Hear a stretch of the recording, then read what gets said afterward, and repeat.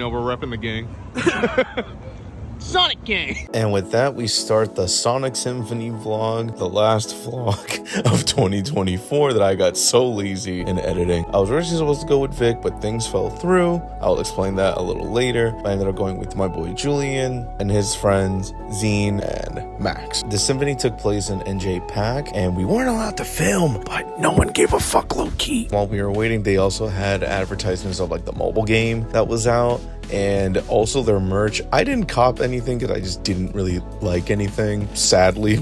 But, you know, don't necessarily need to get everything from every show that I go to. I've learned that with flow. As the countdown came on, the lights dimmed, and I started getting hyped, but there were some people in the crowd that were getting a little too hyped because I think they only did like a cello note and people were already screaming. But you know, to each their own. As the conductor comes out, they immediately started with a Sonic the Hedgehog medley, which started with like a really pretty animation. I believe it's by Tyson Hess in collaboration with Studio Yada. And they are animator, director, artist, all around Sonic person, I would say, because they have done a lot of work within the Sonic IP. They were responsible for the redesign of this live-action Sonic the Hedgehog movie. They worked on Sonic Mania. They did the art for a lot of the Archie comics, and overall just really talented because like I love the cutesy art style, especially because I grew up playing like the Sonic CD games on my gross orgy of a system, which is the Sega CD that had the Genesis attached to it with the 32X on top of it that we were gifted by a family member when I was really young. Actually, before I was even born, I think. But I remember having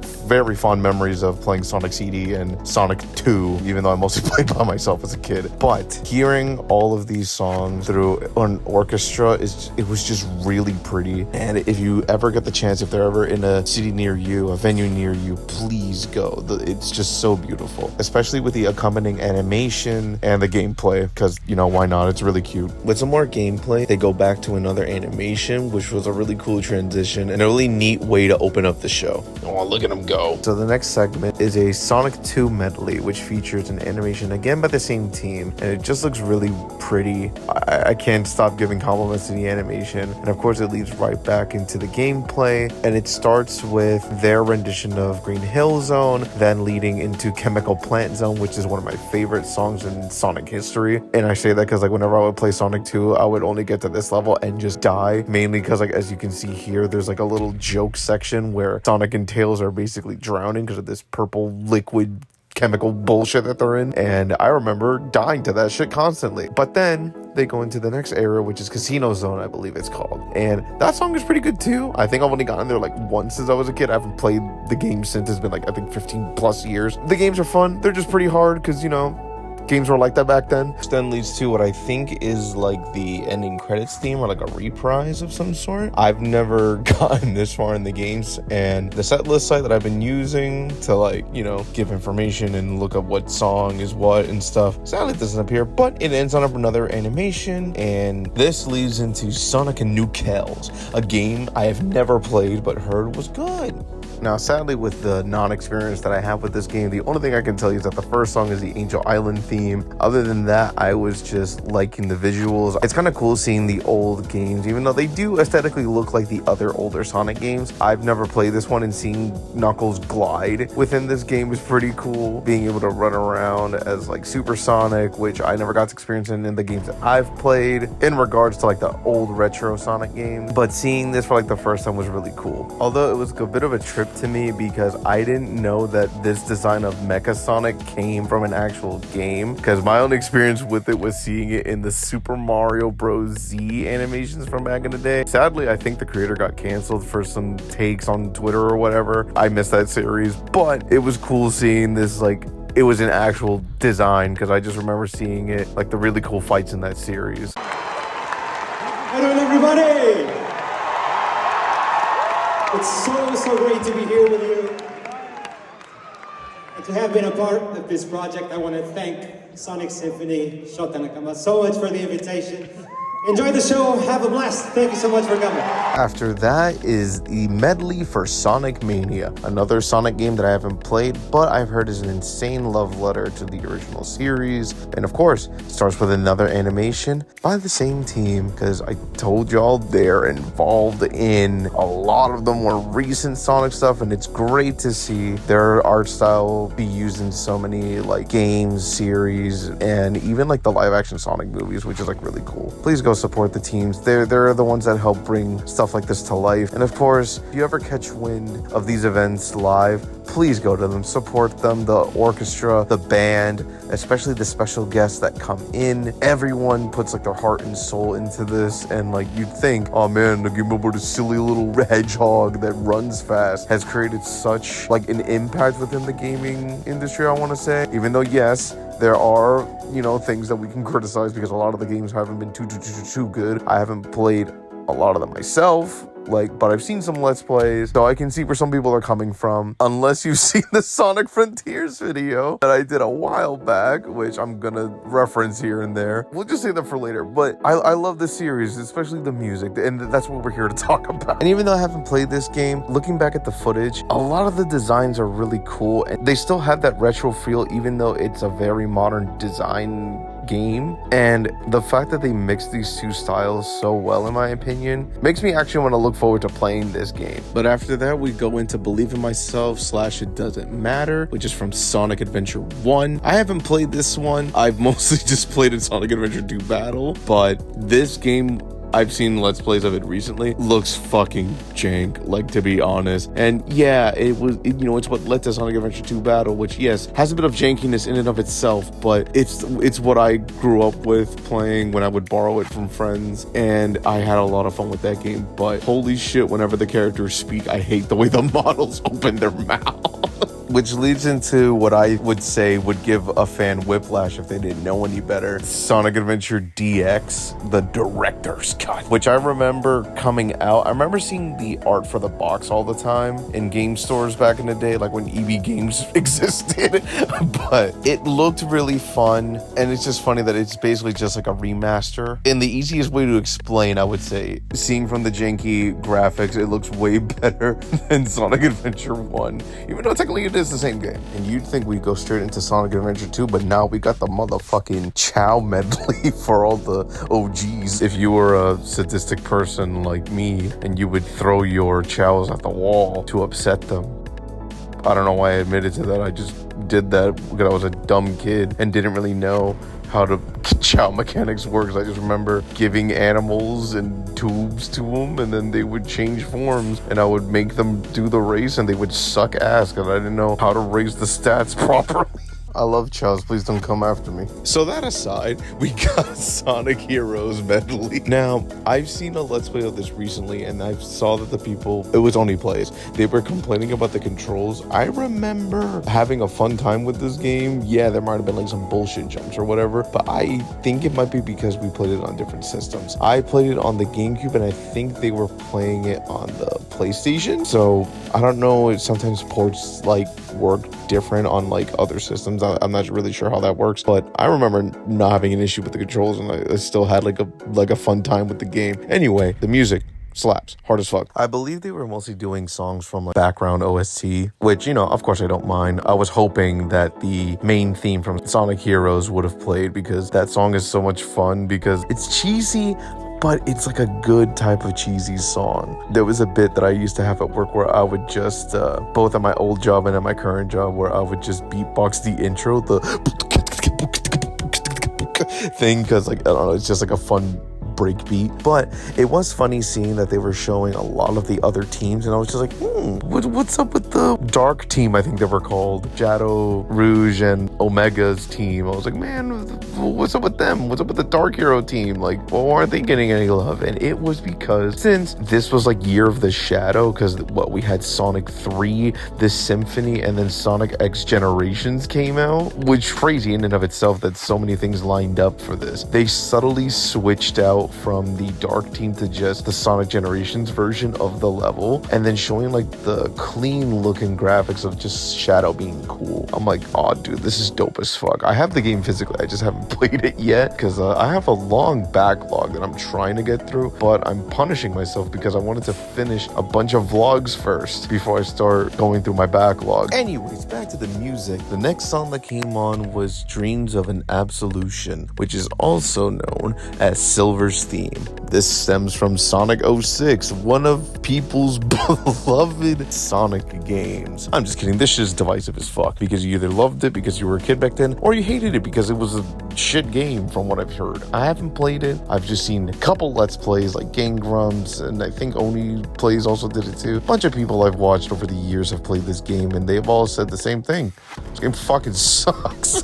Especially when you get to Silver's boss battle when you play as Sonic for the first time, because he just gets you in an infinite loop of it's no use and just launches you at the wall over and over until you just die and just repeat that shit nonstop. But what was cool is that they showed a lot of the more important scenes involving Silver, since he kind of is like the main character slash plot device for this game because time travel and shit. So it's really cool seeing all this stuff on the big screen, because even though this game came out in 2006, the pre-rendered graphics look really good for its time, and I feel like they still hold up to this day. Now, say what you will, game is a piece of shit, blah blah blah. Sonic kind of kisses a minor, I mean, or she kisses him, I forget, and that brings him back to life because the reasons, and also the very human looking people in this game. Everyone in the Sonic cast just kind of feels out of place because all the humans look very, I guess, realistic for its time. So it just feels a little weird trying to mix the realism with like the cartoony anime characters. In my opinion, you can kind of say the same thing about like Kingdom Hearts, for example, when they would bring like the Kingdom Hearts characters, Final Fantasy, and then you just see Donald and Goofy just waddling around. I feel like it still kind of works in its own weird way, but the music, I will say, for Sonic 06 is so fucking good. Even like his world with spoiler comes up later. I would say if you have to give Sonic 06 anything, it's just that the pre-rendered graphics was really good and the music still slaps to this day. I don't care. You can't convince me that it doesn't. Let's go. Oh, poor sweet innocent me from almost a year ago that didn't play Sonic Frontiers at the time. Holy fuck, this game sucks! I have a whole 13-minute video ranting about this game, but long story short, boring world, was not the biggest fan of the combat system. Story was okay-ish, music was great, but the game was just annoying and not quality tested enough to actually work like a fucking game. Go watch the rant video. I don't want to waste a lot of time on this. But the music was really good. I will give it that. Especially the orchestral arrangement of the music is really good, and I won't take that away from this game. But fuck, at what cost, bro? I remember when the game came out, it was supposed to be Game of the Year. I played it. No, I don't think so. Elden Ring won that year. Good. Give it to that hard-ass game that I've never played, but I really want to try. No, I'm just recording it so I can say it in like the vlog that'll come out like what, July? You thought? Anyway, after the intermission, we got the band. Now, aside from the main conductor and the orchestra itself, the frontline band, I guess is a way of explaining it, consists of Derek Duplass on the keys slash vocals, Louis A. Ochoa on bass, Mike Otabashian, I believe that's how his last name is pronounced, on drums. There is a flautist slash piccolo player named Maho Shoto Nakama as guitarist, and the guest singer of the night, Casey fucking Lee Williams. Now, I was a bit thrown off because they introduced her as Casey Williams, and I was like, ain't no way. And I heard her sing, so I was like, hold up again.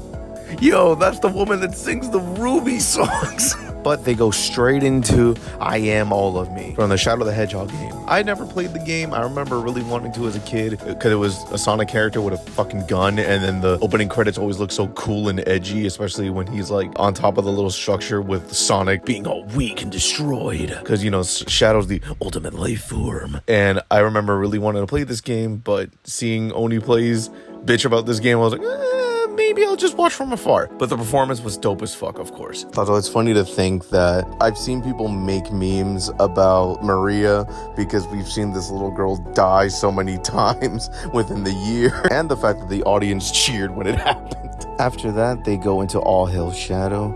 Now, I haven't really heard this song a whole lot until here, because I've only really heard I Am All of Me, but after this show, my boy Julian and I had a bit at work where we would just sing the lyrics of All Hail Shadow to each other, but the song itself is pretty good. I do have a newfound appreciation for it, especially hearing Casey's vocals on it. It just sounded really good. Also, it is funny that there was one point where they brought in Maria again just to show her get killed off, and of course, the crowd cheered, which is fucked up, but it's also funny as shit. Now, the next song I got super excited because it's one of my favorites from Sonic Adventure 2 Battle, which is Escape from the City. That bass line, as soon as like the level starts, always goes hard. I don't care what you say. Aside from me being super nostalgic, it genuinely just is a good song in my opinion. Even if it is butt rock and people don't really mess with butt rock like that, I still say it's an enjoyable song. And of course, the band killed it.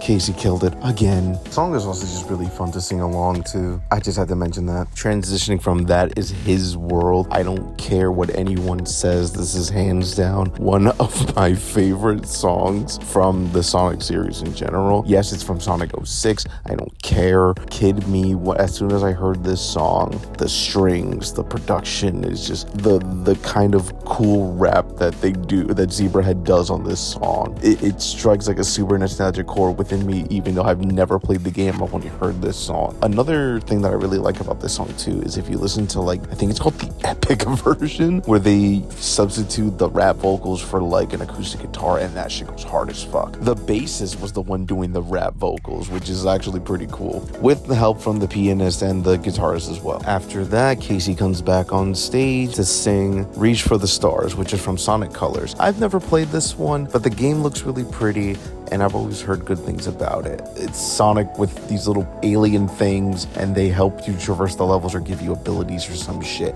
I don't know, I never played it. And of course, Casey killing it with the vocals, but the way how everything comes together sounds so good, especially from a live performance with like drums, orchestra, rock elements, and everything just coming together really nicely. It reminds me that this wouldn't be possible if not for the help of Igor Stolarski, who is the mixing and mastering engineer for the actual show, which is pretty cool. Now, this one took me by surprise. It's Sonic Unleashed, which I remember people shitting on the game. I remember liking it a lot as a kid. Yes, even with the kind of okay-ish combat with the Werehog stages, the day stages were pretty good. I played it on the fucking Wii. So I was with my Wii remote and nunchuck. But then I realized that there was access to the GameCube controller. And I remember switching that out because I just liked the feel of the GameCube controller way more. And it just made the game a bunch easier because at the time I hated motion controls. Yes, I got a system that was basically motion controls, but preferred using a controller on it. And to be honest, I don't remember when this song came on. I believe it should be probably the intro. Gosh, that I'm wrong. It's an ending credit song. But overall, I think the song is pretty decent. It kind of reminds me of an anime opening. I don't mean for that to be like offensive in any way, but that's the vibe that I get from the song. After that is a Ghost Pumpkin Soup for Pumpkin Hill. It's a stupid fucking title, but this is the song from Sonic Adventure 2 Battle where you play as those annoying fucking Knuckles levels where you gotta find the shards of the Master Emerald or whatever the fuck Emerald, and the song is corny as fuck. But the pianist, Derek Dupuis or Derek Dupuis, I don't know if that's a French name or anything, but he fucking killed it. Definitely one of my favorite performances from the night. And to continue the Knuckles love, we got Unknown from Me or Emmy, which is from Sonic Adventure 1. And like I said, I've never played this game, but I do know some of the music from it. And I remember hearing it, and I think like YouTube poops or memes from back in the day, but my name is Knuckles, and I don't like to chuckle. Yeah, the lyrics are wrong, shut up. I remember that, and the fact that they played this song was so fucking good. But it has a lot of nice elements, like it has like a nice synth, the rock elements, the rap, as kind of corny as it is, like it's very dated. Like you can tell this is from like the early 2000s / late 90s with the way that it's delivered, but it has its own charm, which gives it like its own replay value, I would say. If you want a jam but also a good laugh, then listen to this song. Anyway, the band's rendition of it was phenomenal, and to be honest, I do kind of prefer the live version compared to the original. And now we have Casey coming back out to do some Sonic Frontiers music, break through it all. And this plays during the Wyvern battle, which just to fucking rant about it again, I hated this fucking boss. The music is dope for sure, but I didn't know that there was a parry system until, like, the game, at least in my run, didn't teach me about the parry system until I died to it like 3 times, because I didn't know this boss is just parry the fucking whatevers, and then boom, boom, boom, you can hit it, and you can be... This boss was stupid. I hated it. As you can tell, I'm the biggest fan of Sonic Frontiers. But anyway, Casey killed this fucking song. Even though metal isn't like what I'm usually used to hearing from her, she has an incredible reach. And for those that don't know, Kellen Quinn actually helped with a bunch of the music for Sonic Frontiers, so this is originally his voice, and the fact that Haley can also like keep up with it, in my opinion, is really dope. So that's the only thing I will say positively about Sonic Frontiers. Like I said earlier, the music is good, this game is fucking ugh. Then they get right into Find Your Flame. Now, hearing their rendition of this song is kind of what made me want to actually play Sonic Frontiers. So I was like, dude, the music in this is so good, and this boss battle looks so cool. Meanwhile, I've already seen like some people play this game, and like they had an okay time with it, except for Only Place. And I was like, you know what, I need to form my own opinion.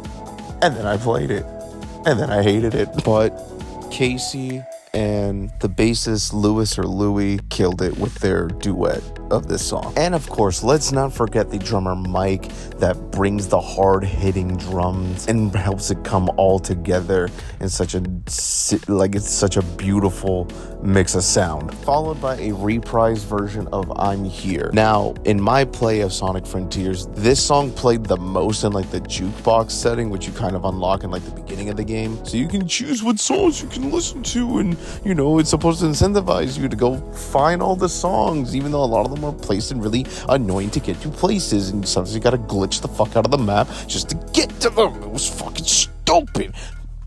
But, you know, that's how you get the classics like Live and Learn and Sonic Heroes and all the other songs, and even like this game's rendition of those classic songs. This song, mind you, is good, but I think I heard it too much, that even with the jukebox setting, I had to like keep switching the song out because I just didn't want to listen to it. But it is a good song, I swear to you. So shout out to the original singer, which is Mary Kirk Holmes. Their voice is really good on that original song, and of course Casey rendition is amazing as well. I recommend listening to both if you have the chance to. Also, this song says Frontiers. That's how you know that it was made for this game specifically. Which then leads us into the encore. And surprisingly, in my experience, most encores are like 1 to 2 songs. They did 3. And what surprised me the most was that the very first one was a medley of fucking Sonic R. And I've seen like Game Grumps played this like years ago, and like other Let's Play channels used to follow back in the day. So I know of this game, and you know, it's for its time, people loved it. I only know the music for the most part. And Can You Feel the Sunshine, even with the fucking creepypasta that's attached to it because of Tails Doll or whatever. I love that song. It's just so good. But hearing that beginning synth in the beginning, I was like, yo, I'm fucking hyped for hearing a live version of this song. It's not Sonic Boom from Sonic CD, which I was hoping for, but I'm glad we got this anyway. What I love about whoever edited the visual for this also leaned into the meme/creepypasta of Tails Doll, because I got way too excited when I saw it pop up on the screen. But with the medley, there was also Living in the City, which I haven't heard a lot of that song, but listening back, I'm like, dude, this shit fucks. And the way that they arranged this, like the way that they transitioned from one song to the next was just seamless, because it goes right into Supersonic Racing, which is another classic from that soundtrack. Really, just listen to all of them. They're so good. And what's good about the album that you can stream includes both the original songs and the instrumentals. Like, if you have a study session and you need something a little funky while also being chill at the same time, if that makes sense, this is perfect for that. Then after an introduction for the band and everyone else that's a part of the team, which I appreciate that they did, we get Live and Learn. Seeing this before the movie absolutely made me super hyped for it, especially I mean, it's been months since the movie's been out, and that orchestral version of Live and Learn was so fucking good when Sonic and Shadow go super. I wish there was more of it. This is one of my favorite Sonic songs, and whenever I'm walking home from work and this is on my playlist, I do not care. I sing this out loud in public. It is so fucking good. I don't care. I've been doing it since I was a kid and first heard this song fighting the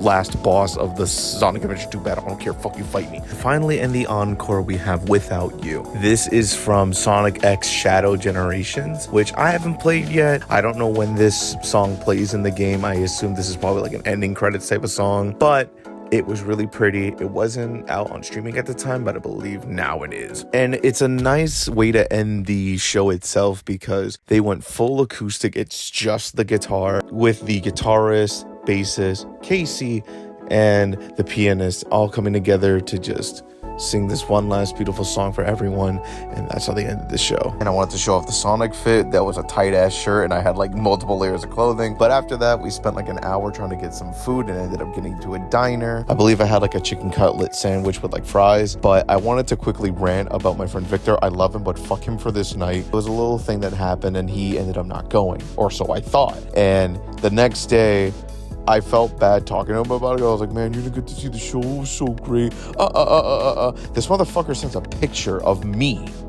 that he saw me in the crowd. And apparently I looked in his direction at some time, but never noticed him. This motherfucker ended up going to the show anyway, and he brought a friend with him. And I was just like, man, fuck you. But I'm also glad you got to experience the beauty that was this show. And I recommend anyone that is a Sonic fan to go watch this show as well. And that's going to be it for me. This is the last vlog of 2024, so I got a bunch of fucking vlogs I got to edit for this year itself. So let's see when the next one comes out. And I'll see y'all whenever.